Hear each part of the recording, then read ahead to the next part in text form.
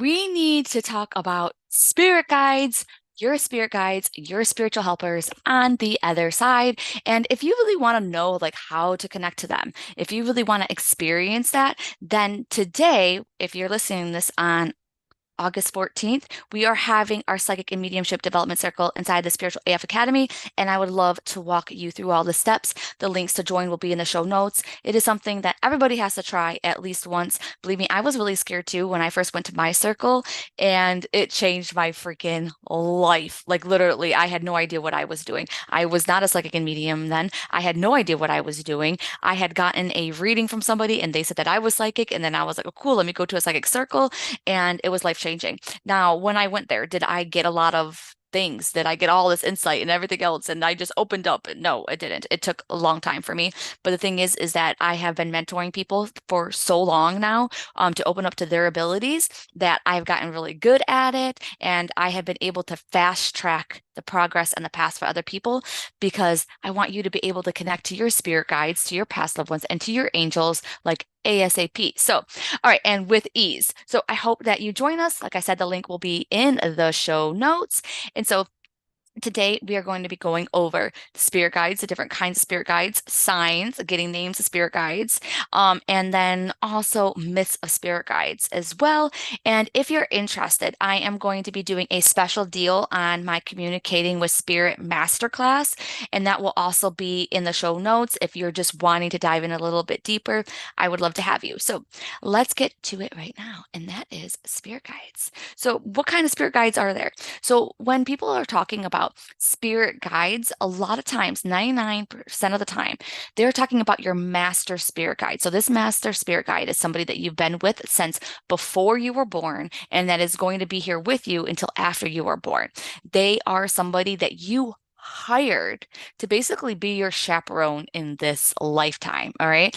Master spirit guide. Now, you might also have throughout your life something that is called specialty guides. So these are guides of people who have incarnated on this planet before, just like your master spirit guide. They have had lifetimes on Earth. All right. So these specialty guides are the ones that might have a certain thing that they're an expert on, like writing books. Maybe they're really good at environmental things. Maybe they're really good at health, and maybe they used to be a doctor. And so you might have like a doctor spirit guide with you when you're going through some health things. You might have a specialty spirit guide who is working on, a book with you while you're trying to get your book going. So you might just have your one spirit guide around you right now, or you might have some of these other specialty spirit guides that are in and out of your life. They usually come in for a season, just to help you out with that, and then they leave. Now, you also have a guardian angel. So your guardian angel is with you from before you were born and then after you pass, and that guardian angel is assigned to you. So that's really awesome that we have that. Another thing is that we also have other angels that are with us. They could be an archangel, they could be cherubs, whatever like that. And they too are very similar to the specialty guides, as in they might be coming and going throughout your life as you need them. I was in a very rough spot when I opened up to spiritual stuff. So my life was not going very well. It's so funny, I was gonna say I was living in a basement, but like that was actually the best part of my life. I loved that freaking basement apartment. So but I was like living in a basement. I had duct tape holding up my car. I had coat hanger on my car. Like it was horrible. Like my car, I think I bought it for $600. But I love that car too. So I look back on it and I'm like, yeah, my life was kind of suckier than it is now, but I was so grateful and I still loved everything that I did have. But like I had like zero freaking money left over at the end of the month. If I had enough money to pay my bills, like that was freaking great if I had that amount of money. But it was very difficult. I was working all the time and I was stressed out and all those things. And now I've almost gotten sidetracked to why. Oh, yeah. But, anyways, so I was not utilizing my spirit guides. I was just, going through the motions. And I know that back then I had so much help that I wasn't using on the other side. And now because I am not going through so much crap in my life. I don't feel like I have as many spirit guides because I don't need them as much now. I needed them back then a lot because I needed help with my physical being because that's, right after that is when I started having freaking seizures and I was always sick even before my seizures. I was always in the hospital with vertigo, eye problems, lip problems, all these mysterious crap and stuff like that. So I know that I've had so many guides that were trying to get me on the right track. So just think about you in your life right now. And if you were a toddler and you were just walking down this path, what kind of toddler do you think you are right now? Do you have direction? Do you know where you're going? Because if you do, if you have like ambitions, if you have goals or whatever like that, then maybe you're a little bit more focused on the path and you might only have a couple of spirit guides or even just the one. But if you are like all over the place and you are having health issues and you also have goals and dreams and you're also having money issues and you're also having this issue and that issue with family and friends and things are just crazy, then more than likely you're not just that toddler that's walking down the path all willy-nilly. You're probably like everywhere. And so more than likely you have a lot more guides trying to come at every angle to get you to stay on the path. If that makes sense.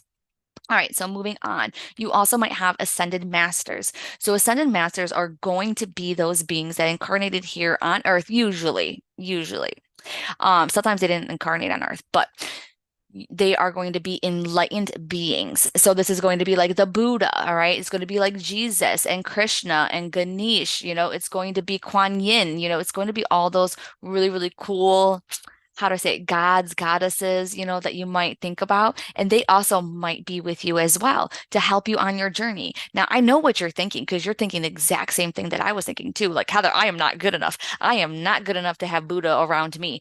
But the thing is, you are because you are part of the collective. You are a speck of the divine. So when we say, well, we're not good enough than somebody, it's like, number one, we're talking about energy. So it's all about vibration. So if you're higher or lower on that vibration, and then we're all part of the one consciousness. So we're all the same. So it's like we're all, not even just brothers and sisters, we're all each other.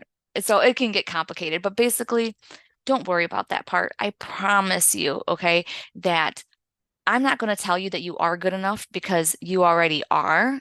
Okay. Just don't worry about that part. All right. Don't worry about that part. You just might have one of them that's in your corner.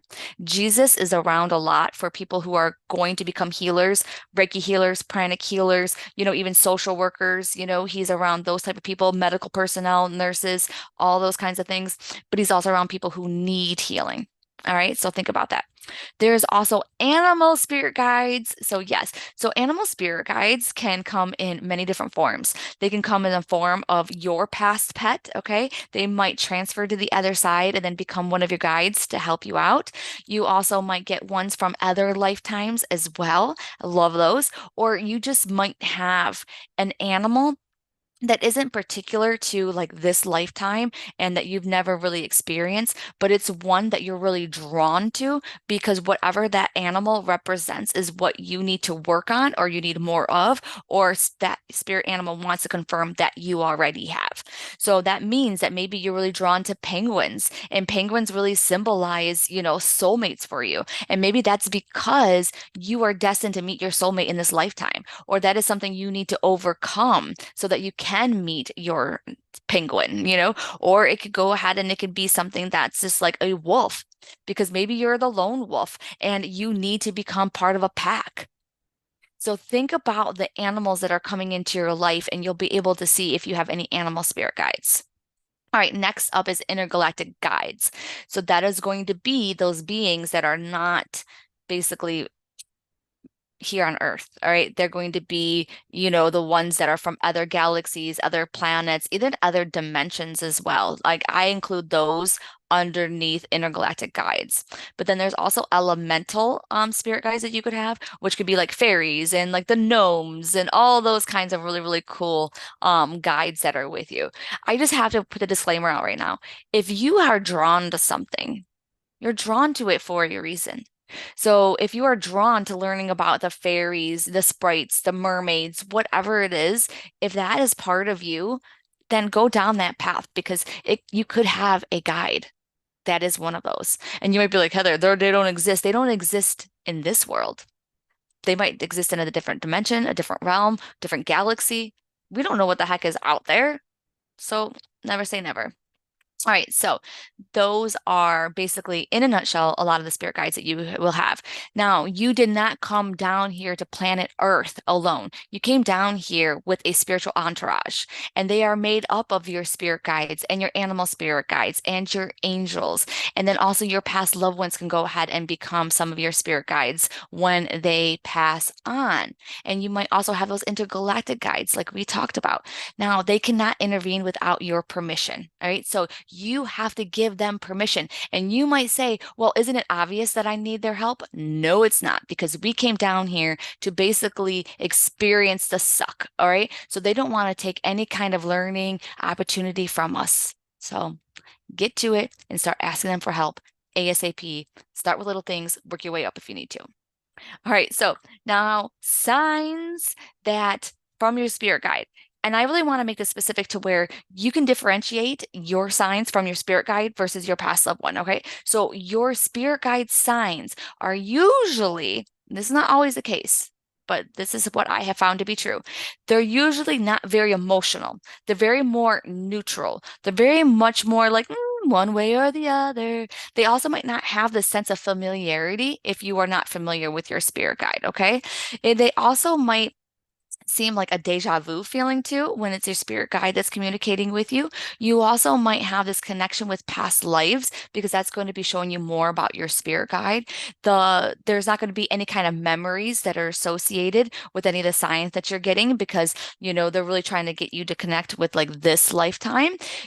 All of their signs too, not all of them, but some of them too, might be all about working on yourself, making yourself a better person, doing better in this lifetime, doing shadow work, like all those kinds of things, because your spirit guide is here to keep you on track so that you can check the boxes of everything that you want to learn from and grow from and everything else like that in this lifetime. Okay. So a lot of times there's no rest for the wicked when you're freaking connecting with your spirit guide.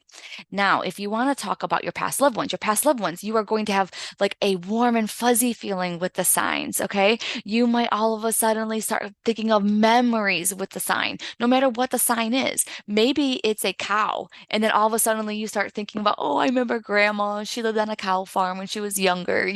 That's not something that your spirit guide is going to bring to you. That's going to be from a past loved one, and they're going to bring those personal things and also those memories. So that's kind of just like a tall tale sign of going ahead and knowing that if it's a spirit guide or your past loved one. And another one too is the timing of the signs. So if all of a sudden you start getting some of these crazy signs and things like that in a past loved one, like just passed, bam. Or it's like the anniversary of their passing, or if it is their birthday, those are going to be signs that it's a past loved one and not your spirit guide. Your spirit guide signs might come in when you are having a lot of difficult challenges in life, when you're not sure what path to take, when you're feeling overwhelmed, exhausted, and things like that. And you might be even mentally or physically broken.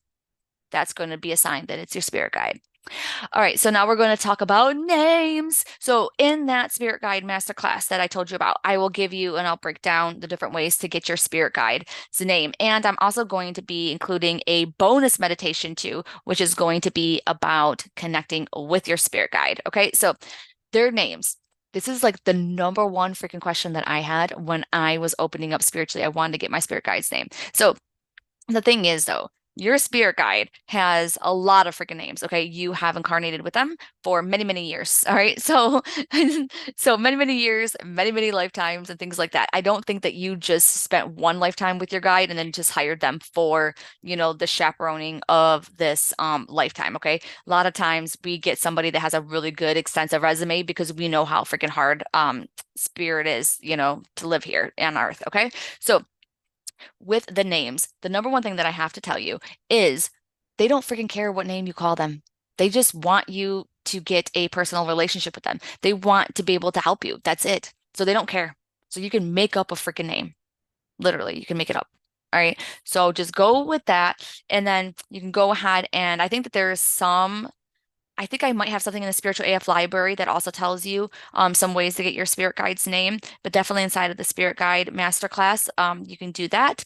And also, I am going to link in the show notes to a previous podcast episode that I did on how to get their sign. So, their signs from your spirit guide are going to be super duper important because if you can get the sign of your spirit guide, your life is going to be so much freaking easier. And then you're always going to know that someone has your freaking back. Okay. So it's almost as if you have paid your spirit guide $1 zillion for their job. They are all over you like white on freaking rice. All right. For the most part, they are always, always, always with you. It's like you hired them to do a job, and I'm promising you, they take that job seriously. All right. So link in the show notes on how to get their signs.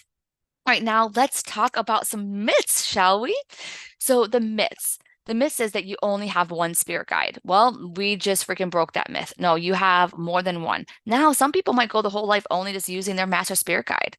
Maybe they just really chose somebody that was diverse with a whole bunch of things. Maybe they're more highly evolved, or maybe they're the opposite. Maybe they're people who are not highly evolved and don't really have a lot of challenges in this life. But I don't know. That's kind of subjective. But anyways, you do have more than one. All right, another one is that spirit guides are all highly involved beings and things like that. No, just think about it yourself. Just think about you when you go over to the other side and you're somebody else's spirit guide. Because yes, you can become somebody else's spirit guide.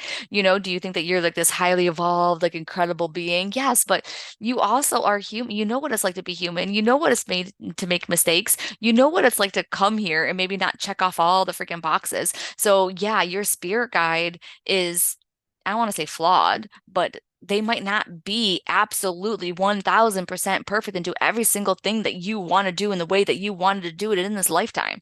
Life is truly a game. All right, the next one is that spirit guides are invisible.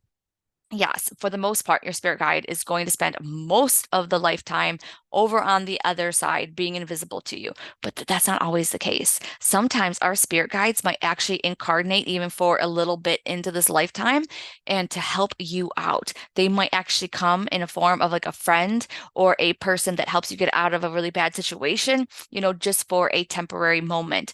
So, one thing that's coming up to me is like some of those car accidents, if you heard about them before, where the person is like saved by this person and then they vanish and they never see them again. That could be the person's spirit guide that is with them. Okay.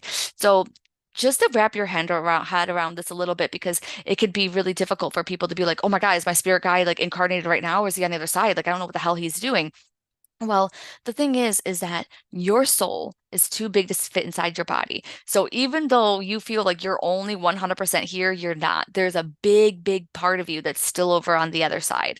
I know it's hard to comprehend, but it could be the exact same thing with your spirit guide. So when your spirit guide does a little, impromptu, if you will, visit here in the physical realm, he's also very much on the other side, able to help you. Okay. So the next one is that they are always with you 1000%. Now, I just literally said they're always with you, and technically they are. But in a way, this is where some gray area is. Because even though your spirit guide is technically always with you, a lot of times or sometimes you may not be able to hear them or see them or know that they're around because they took a step back. They were like, nope. I'm letting her do this one all by herself. And they are just sitting in the back seat and they're just waiting and seeing what choices that you're going to make because it could be part of your soul purpose, your soul contract or whatever like that to go through whatever it is that you're going through alone without help.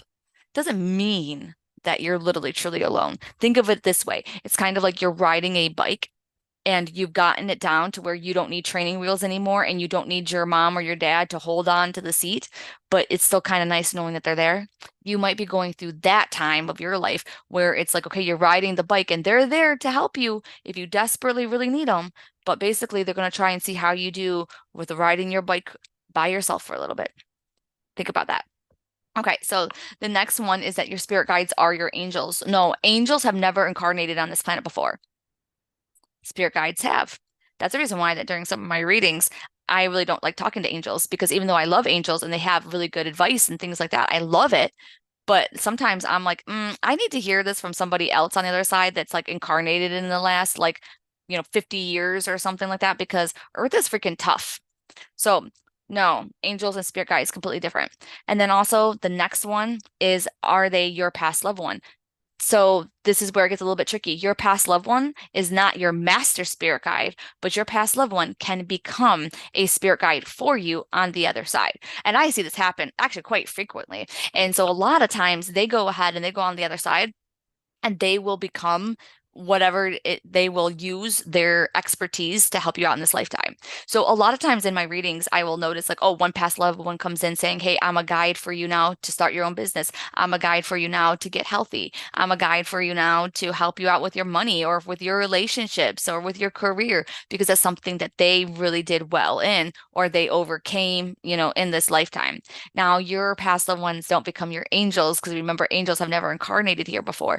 But sometimes I swear, like the energy of past loved ones, especially some grandmothers and mothers that come in, they have such an angelic energy that you could go ahead and call them your angel if you want. We don't have to get so technical with it, but at least you know the technical side of it. And then you can just say that my grandmother, my mom, my aunt, is my angel. Go ahead and say it. We don't mind, but I just want you to know the technical side of things.